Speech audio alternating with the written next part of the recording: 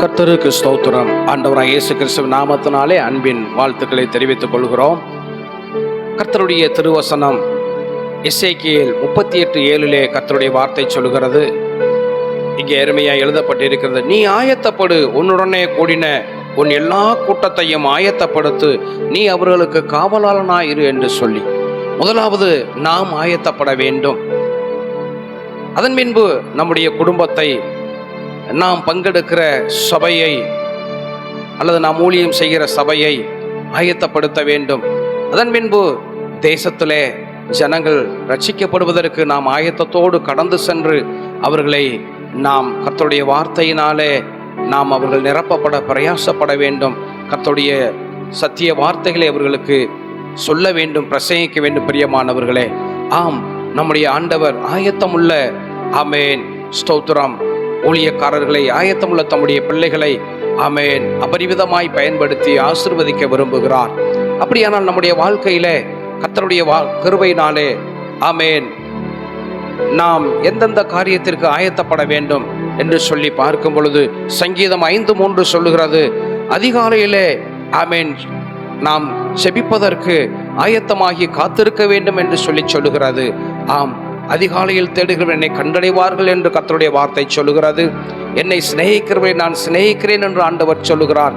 அதிகாலையிலே ஒவ்வொரு நாளும், ஆமென், நாம் ஆண்டவரோடு உறவாடுவதற்கு முந்தின நாளே இரவு ஒரு அரை மணி நேரம் ஆகிலும் ஆண்டவரோடு உறவாடி செபித்து, ஆண்டவரே, அதிகாலையில் என்னை எழுப்பி உம்மோடு உறவாடுவதற்கு உதவி செய்யுங்கள் என்று சொல்லி நாம் ஆயத்தத்தோடு நித்திரைக்கு செல்லும் பொழுது தேவன் அதிகாலையிலே நம்மை எழுப்புவார். நாம் அவரோடு உறவாடி அந்த நாள் முழுவதும் ஒரு பலமுள்ள சிம்சோனை போல நாம் கர்த்தருக்குள்ளே ஒரு பலனான வாழ்க்கை வாழ முடியும். இரண்டாவதாய் பார்க்கும் பொழுது 2 தீமோத்தேயு 4:2 சொல்லுகிறது, திருவசனத்தை பிரசங்கிப்பதற்கு நாம் ஜாக்கிரதையாக இருக்க வேண்டும் என்று சொல்லி, ஆமீன், சமயம் வாய்த்தாலும் வாய்க்காவிட்டாலும் ஆண்டவரை அறியாத ஜனங்களுக்கும் ஆண்டவரை அறிந்தும், ஆமேன், கர்த்தருக்காய் அர்ப்பணிப்பு இல்லாமல் பேர் கிறிஸ்தவர்களாய் இருக்கக்கூடிய மக்கள், ஆமேன், தேவனுடைய, ஆமேன், பாத்திரங்களாய் ஆண்டவருக்காய் எழும்பி பிரகாசிக்கும்படிக்கு சமயத்திற்கு ஏற்ற வார்த்தைகளை அவர்களுக்கு நாம் சொல்ல ஜெபத்தோடு நாம் ஆயத்தமாய் இருக்க வேண்டும். அப்பொழுது கர்த்தர் நம்மை கொண்டு சென்று பயன்படுத்துவார். மூன்றாவதாய் பார்க்கும் பொழுது ஆமோஸ் 4:12 சொல்லுகிறது,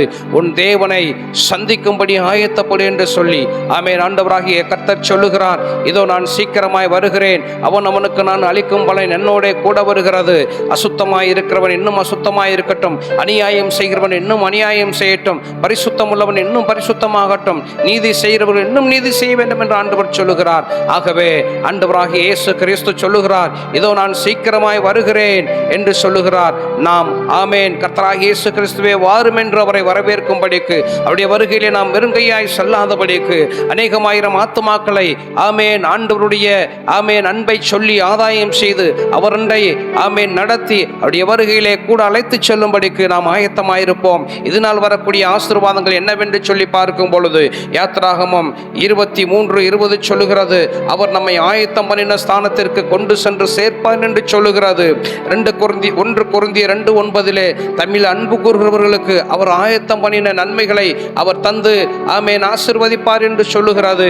இரண்டாவதாய் பார்க்கும் பொழுது சங்கீதம் 23:5 சங்கீதக்காரன் தாவீது சொல்லுகிறார், என் சத்துருக்களுக்கு முன்பதாக நீர் எனக்கு ஒரு பந்தியை ஆயத்தப்படுத்தி என் தலையை எண்ணெயால் அபிஷேகம் பண்ணுகிறீர், என் வாழ்க்கையாகிய பாத்திரம், ஆமேன், நிரம்பி வழிகிறது என்று சொல்லி, ஆமேன், நம்முடைய வாழ்க்கையிலே, ஆமேன், நாம் மாத்திரம் ஆசீர்வதிக்கப்பட்டால் போதாது, நாம் நிரம்பி வழிகிற அனுபவத்திலே, ஆமேன், ஆவிக்குரிய ஜீவியத்திலும் பொருளாதாரத்திலும், ஆமேன், சகல காரியங்களிலும் நாம் நிரம்பி வழிகிற அனுபவத்தில் இருக்கும் பொழுது கர்த்தர் நம்மை அநேகருக்கு நம்முடைய தேசத்திற்கு ஆசீர்வாதமாய் பயன்படுத்துவார். மூன்றாவதாய் பார்க்கும் பொழுது, ஆமேன், 2 தீமோத்தேயு 2:21 ஆயத்தமாக்கப்பட்ட கணத்திற்குரிய பாத்திரமாக்கி நம்மை பயன்படுத்துவேன் என்று சொல்லுகிறார். அநேகருக்கு முன்பதாக தேவனாகிய கர்த்தர் அவருக்கு ஊழியம் செய்கிறபடியினாலே, நாம் ஆயத்தமாகி ஊழியம் செய்கிறபடியினாலே கணத்திற்குரிய பாத்திரங்களாய் நம்மை உருவாக்கி உபயோகப்படுத்தி, ஆமேன், உயர்த்தி வைத்து அவர் மகிமை அடைவார். நான் உன்னில் மகிமைப்படுவேன் என்ற வார்த்தையின்படி நம்மிலே மகிமைப்படுவார். கர்த்தர் தாமே இந்த வார்த்தையின் மூலமாக நம்மை ஆசீர்வதிப்பாராக.